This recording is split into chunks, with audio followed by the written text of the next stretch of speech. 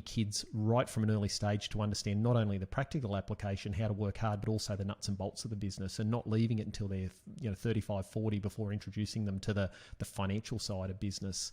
Do you see that happen in the successful families, that there is that long-term apprenticeship, not only when they're actually physically in the business, but well and truly prior?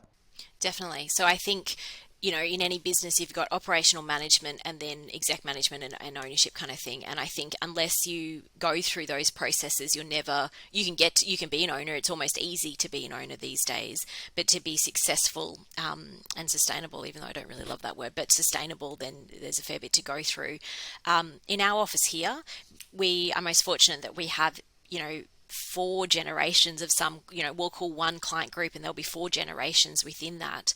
They're definitely in that time, let's call it, when they're doing the outdoor apprenticeship.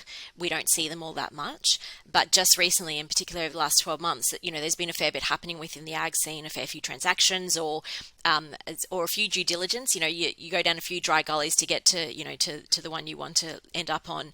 And the family groups that we see that, you have faith and trust in that next generation coming through, they are here in these meetings with, here in our office. They're the ones having the conversations with the banks as well.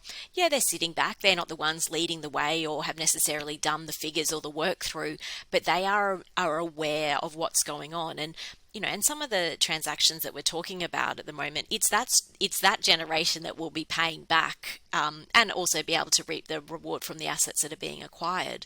But I think Jim actually said in the client group that we have here, the successful family groups have taken that next generation on the journey with them. So I think in any situation, you can choose to walk in front, and you do to a certain extent. Then they have to walk beside you. And then probably the next step is that next generation then walks in front.